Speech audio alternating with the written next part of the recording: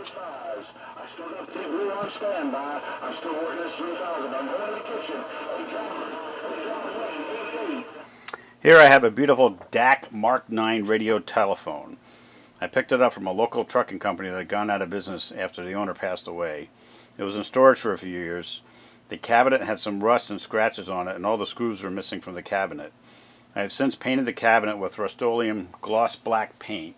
I applied the paint with a roller, and sadly it looks like it. I can see little imperfections in the paint, but it's a lot better than it was. I also painted the inside of the cabinet, which also had traces of rust on it. I replaced all the screws with new stainless steel hardware from Fastenal. I have a few extra screws and finishing washers that I will include with the eBay auction. Right there. The microphone is also included. It had some dirt on it, but it polished up really nicely. It has some sort of 70s purple sparkle paint on it. The microphone connector, right there, is a little tender, and I recommend replacing it at some point. I had to rewire it, and it's still a little tender. One of the screws for the strain relief is all rusty. Here you can see the purple sparkle paint. After I got it with it, I played with it for a few days, and the RF gain switch broke. So I replaced it with one from DigiKey. Here's a sample of a new one, and here's a sample of one of the bad ones. After I installed it, the squelch potentiometer failed. I was also unhappy with the SWR as I can never get it to zero out, even using a dummy load.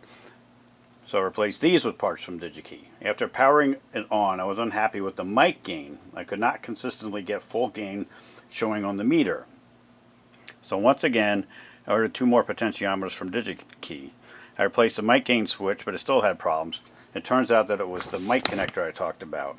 I fixed the strain relief, and between that and the new switch, it works great now. I also ordered the pot for the volume, but I did not replace it, but I will include it with the auction. By now I was pretty tired of soldering and stripping back broken wires, but that's it right there, a new switch in case the volume fails.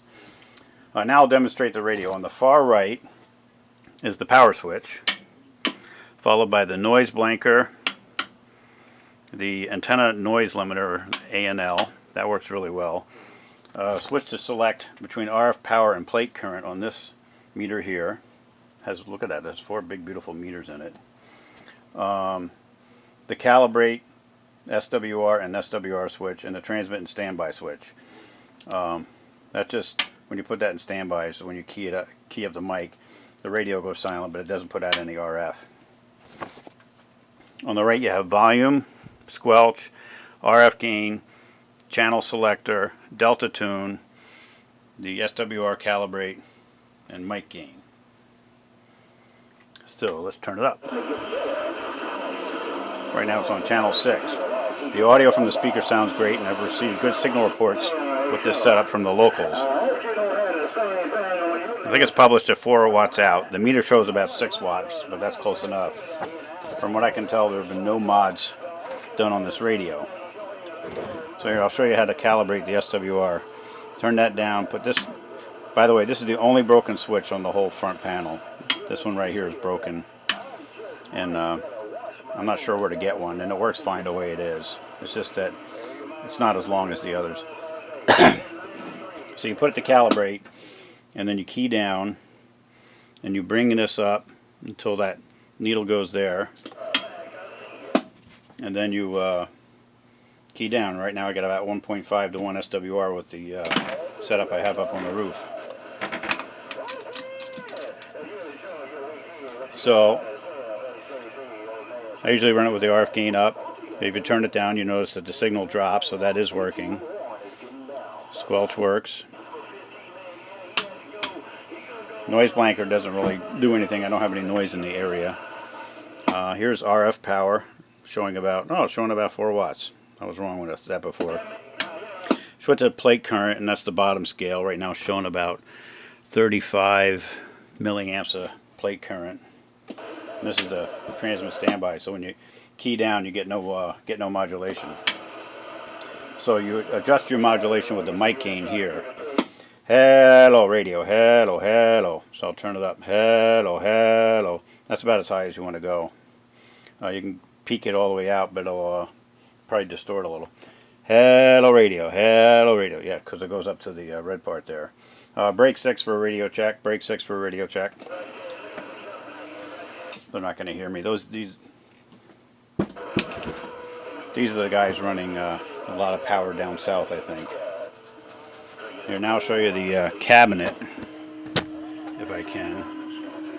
That's the cabinet I painted, and all the new hardware. Here's the underside of the DAK Mark IX Radiotelephone. I had to take it off to do the RF gain switch, which is right here. That had mysteriously broken. While I was in there, I replaced the capacitor. Right back there, I replaced the capacitor. It was a little out of spec. It was really weird. When I got the radio, it was working, and then all of a sudden it just kind of stopped working, so I got that part off a DigiKey. But that is the underside of the DAK Mark IX. Here is the top side of the DAK Mark IX Radiotelephone. Pretty standard in there. There's no mods that I can see. No golden screwdrivers in there. And here is the switch and the capacitor that I replaced in it. Here's a shot of the tubes glowing on the DAK Mark IX Radiotelephone. I can key it down. They don't seem to glow anymore. Maybe they're not supposed to. Turn on the light there. Got one speaker over here and no speaker over here. Sometimes you see mods where people put in 2 speakers. But this one's all pretty stock from what I can tell. It's got those nice meters. RF gain switch is working. That's the DAK Mark IX Radiotelephone.